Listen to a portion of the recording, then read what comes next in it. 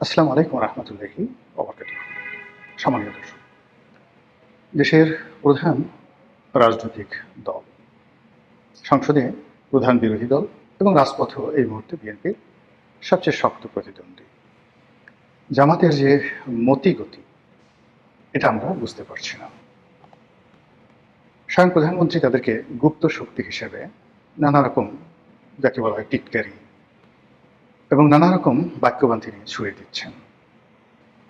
আবার তারা যে কোনো কাজ করতে পারে, তাদের পক্ষে যে কোনো কর্ম করা সম্ভব। ইতিমধ্যে বাংলাদেশে এরকম একটা পরিবেশ পরিস্থিতি, এরকম একটা ভাবমূর্তি তৈরি হয়ে গেছে। এটা যেভাবে সত্য, আবার একই সঙ্গে বিএনপির ভেতরে এবং বাইরে একটা বিশাল শ্রেণী রয়েছে যাদের বিশ্বাস যে জামাত আসলে কিছুই করতে পারে না। জামাতের যে ক্ষমতা, সেই ক্ষমতাটা হলো একটা, যাকে বলা হয় ফুলিয়ে ফাঁপিয়ে দেখানোর মতো একটা ক্ষমতা। যত বর্ষণ করে তত গর্জন করে না, বা যত গর্জন করে তত বর্ষণ করে না। এই যে প্রবাদ বাক্য, এই প্রবাদ বাক্যটির সঙ্গে জামাতের ভীষণ রকম মিল আছে। আপনারা জানেন যে 2013 এবং 2014 সনে সরকার বিরোধী প্রবল আন্দোলন হয়েছিল আওয়ামী লীগের বিরুদ্ধে জামাত এবং বিএনপি। ঠিক ওই সময়টিতে বিএনপি কায় মনোবাক্যে নির্ভর করেছিল জামাতের উপর, তাদের সাংগঠনিক ক্ষমতা, এবং তারা মনে করতো বিএনপি ওই সময় যে সারা বাংলাদেশে তাদের যে ক্যাডার ভিত্তিক রাজনীতি আছে, তাদের যে অর্থ আছে এবং আরও অনেক ক্ষমতা আছে, সেই ক্ষমতা দিয়ে 2014 সনে যে নির্বাচনটি হলো, সেই নির্বাচনটি মূলত তারা ঠেকিয়ে দিতে পারবে। সেই নির্বাচন ঠেকানোর জন্য যা কিছু করা দরকার বিএনপি করেছে, কিন্তু তার সঙ্গে সঙ্গে তাদের নির্ভরতা ছিল জামাতের প্রতি। এরপরে যখন আবার আওয়ামী লীগ সরকার ক্ষমতায় এলো, তারপর আরেকটি জ্বালাও পোড়াও হলো। সেই জ্বালাও পোড়াও আন্দোলনের নেতৃত্বে ছিল মূলত জামাত। বেগম জিয়া তখন জীবিত, এবং তিনি সর্বান্তকরণে বিশ্বাস করতেন যে জামাত কিছু একটা করতে পারবে এবং তাদের সেই ক্ষমতা আছে। আপনারা জানেন যে দীর্ঘদিন ধরে অবরোধ চলছিল। সেই অবরোধের পর্যায়ে সারা বাংলাদেশে কি না হয়েছে, এবং আওয়ামী লীগ অত্যন্ত স্মার্টলি সে বিষয়গুলো হ্যান্ডেল করে পরিস্থিতি স্বাভাবিক করার চেষ্টা করেছিল, এবং একই সঙ্গে জামাতকে আর বাড়তে দেয়নি। ফলে 2016, 17, 18 এই 3টি বছর জামাতের জীবনে সরকারের পক্ষ থেকে রীতিমতো একটি, যাকে বলা হয় সুনামি, নেমে এসেছিল। একে তো যুদ্ধাপরাধের বিচার নামে জামাতের যারা কর্তা ব্যক্তি, তাদেরকে ফাঁসিতে চড়ানো হয়েছিল। অন্যদিকে যারা জামাতের ফাইন্যান্সার ছিলেন, ডোনার ছিলেন, সেটা মধ্যম স্তরের বা প্রান্তিক স্তরের দোকানদার থেকে শুরু করে একেবারে সর্বোচ্চ পর্যায়ে যারা ইন্ডাস্ট্রিয়ালিস্ট, সবাইকে সরকার টার্গেট করে। তাদের ব্যাংক, বিমা, দোকানপাট, তারপর অফিস, আদালত, সব জায়গাতে সরকার হানা দেয়। ফলে পুরানা পল্টন, মগবাজার, পুরনো ঢাকা, গুলিস্তান, এ সমস্ত এলাকাতে যে সকল মার্কেট আছে, সেখানে জামাতের অনেক ব্যবসায়ী ছিল, ছোট ব্যবসায়ী, সমবায় ভিত্তিতে ব্যবসা প্রতিষ্ঠান পরিচালনা করা সহ আরও অনেক কিছু। সরকারি নজরদারি, সরকারি হামলা, সরকারি মামলার কারণে তাদের সকল ব্যবসা প্রতিষ্ঠান, এমনকি ছোট একটা জুতার দোকান, কোনো জামাতের মালিক, সরি, যে জুতার মালিক, জুতার দোকানের মালিক চালাতেন, সেটার উপরও আওয়ামী লীগ সরকার রীতিমতো হামলে পড়ে। এর ফলে কি হলো, জামাতের যে অর্থনৈতিক ভিত্তি সেটি তছনছ হয়ে যায়। তাদের ইসলামী ব্যাংক হাসপাতাল, তাদের ইবনে সিনা ট্রাস্ট, তাদের ইসলামী ব্যাংক থেকে শুরু করে সব কিছু। ফলে বলতে গেলে 2018 সনের পর জামাত একটা, মানে সত্যিকার অর্থে একটা গুপ্ত রাজনীতিতে তারা একটা পারঙ্গমতা অর্জন করে। সরকারের সাথে কোনো কন্ট্রাডিকশন না গিয়ে, কোনো কনফ্লিক্টে না গিয়ে, সরকার যা কিছু করছে ওটাকে মেনে নিয়ে বিকল্প পন্থায় বা পদ্ধতিতে তারা শক্তি অর্জন করতে করতে দেখা গেল শেখ হাসিনা যখন একেবারে ক্ষমতার শীর্ষে পতনের আগে আগে, তখন ছাত্রলীগ, যুবলীগ, আওয়ামী লীগ, প্রধানমন্ত্রীর কার্যালয়, সচিবালয়, বিচার অঙ্গন, এমনকি সেনাবাহিনীর মধ্যে জামাত এবং জামাত মাইন্ডেড যারা লোকজন, তাদের যে বিস্তার এবং বিস্তৃতি ব্যাপকভাবে তারা ঘটিয়ে ফেলল। এবং তারা শুধুমাত্র এখানে ঘটানো থেকে শুরু করা নয়, দেশের রাজনীতি, অর্থনীতি, সমাজনীতি পত্রিকাগুলো, সংবাদপত্র, সব জায়গাতেই তাদের একটা প্রচ্ছন্ন প্রভাব তৈরি হয়ে গেল। এর প্রেক্ষিতে যখন শেখ হাসিনার পতন হলো, সঙ্গে সঙ্গে ডক্টর ইউনূস যে ক্ষমতায় এলেন, তাকে সব রকম লজিস্টিক সাপোর্ট দেওয়ার মতো মেশিন অ্যান্ড মেশিনারিজ, অথবা যে ধরনের মেধা দরকার, প্রকল্প দরকার, লোকবল দরকার, সব কিছু নিয়ে জামাত বন্ধুত্বের যে হাত বাড়ালো ডক্টর মোহাম্মদ ইউনূস, তিনি মনে করলেন এই বিপদের দিনে এটা তার জন্য একটা বিরাট সাহারা বা সহায়। তো জামাতের সেই সহায় এবং সহযোগিতা নিয়ে ডক্টর মোহাম্মদ ইউনূস বেশ কিছুদিন ভালোই চলছিলেন। কিন্তু সমস্যা হয়ে গেল, সারা বাংলাদেশে চাঁদাবাজি, একের পর এক মব ইত্যাদি কারণে পুরো পরিবেশ পরিস্থিতি সরকারের নিয়ন্ত্রণের বাইরে চলে যায়। এবং ঠিক ওই সময়টিতে জামাত হয়তো ডক্টর মোহাম্মদ ইউনূসকে অনেক বুদ্ধি দিয়েছেন, পরামর্শ দিয়েছে, কিন্তু তারা মানে আইদার সরকার অথবা জামাত, তারা প্রশাসনে, জনমত গঠনে এবং দেশের মানুষকে সরকারমুখী করে রাখা অথবা ডক্টর মোহাম্মদ ইউনূসের প্রতি বিশ্বস্ত রাখার ক্ষেত্রে কার্যকরী ভূমিকা পালন করতে পারেনি। এর ফলে কি হলো, ডক্টর মোহাম্মদ ইউনূস ভয় পেয়ে গেলেন।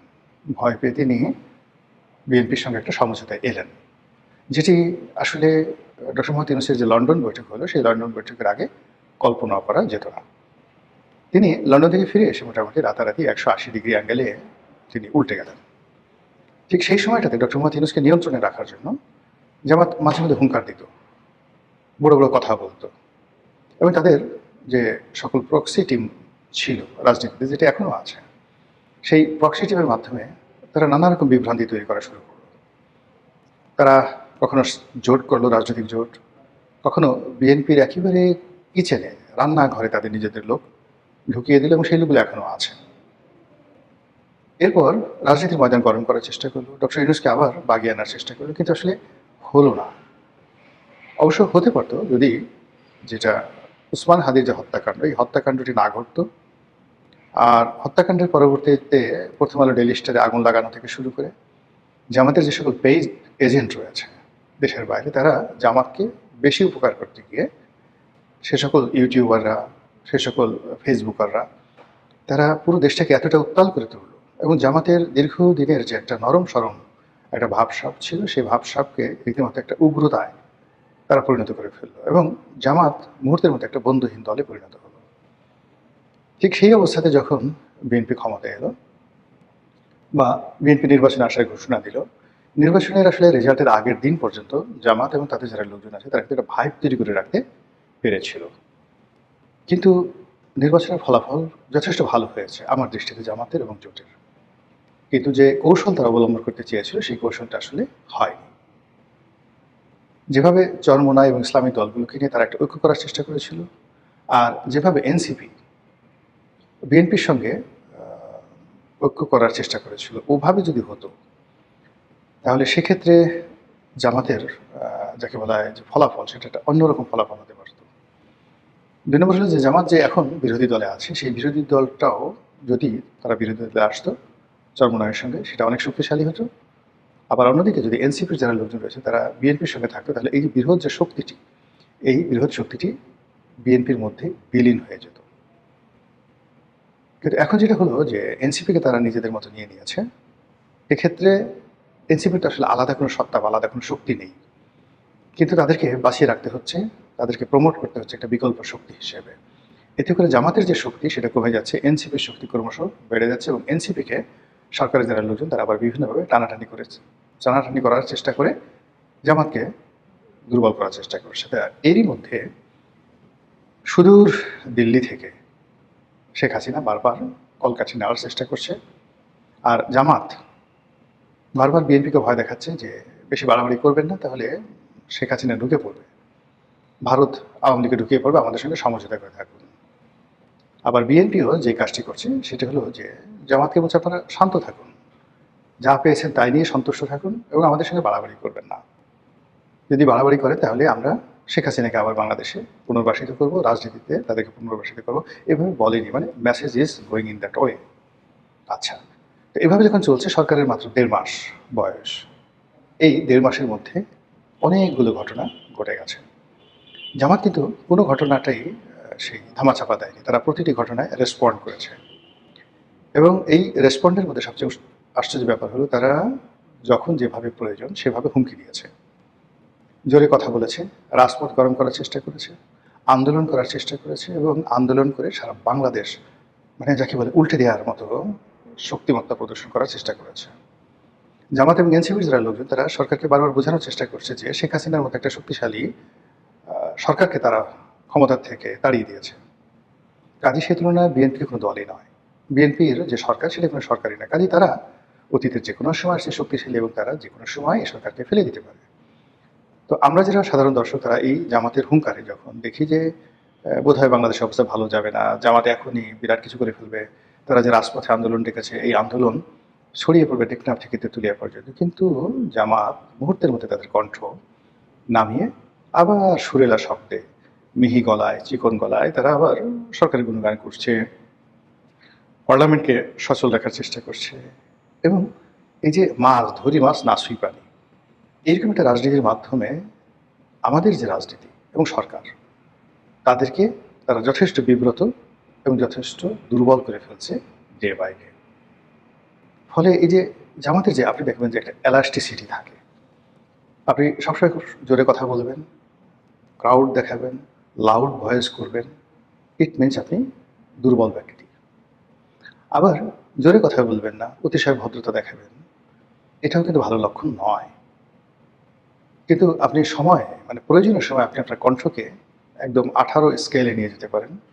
আবার প্রয়োজনে আপনি ক্লাসিক বা ধ্রুপদী সঙ্গীতের মতো ধীরে ধীরে ধীরে ধীরে কণ্ঠ নামিয়ে এনে একেবারে এখানে একটা মেলোডিয়াস সাউন্ড আপনি তৈরি করতে পারবেন। তখনই আপনাকে বলবে যে এই গলার জোর আছে, এই ভদ্রলোক রেওয়াজ করে।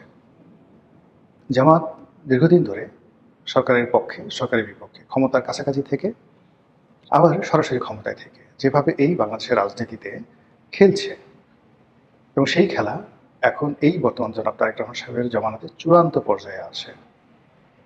সরকার যদি জামাতের খেলা বুঝতে না পারে তাহলে সম্ভবত আগামী দিনগুলোতে তারা জামাতের কৌশলের কাছে আত্মসমর্পণ করবে, পরাজিত হবে, অথবা জামাত কর্তৃক তারা বিতাড়িত হবে। আসসালামু আলাইকুম রহমতুল্লাহি ওয়া বারাকাতুহু।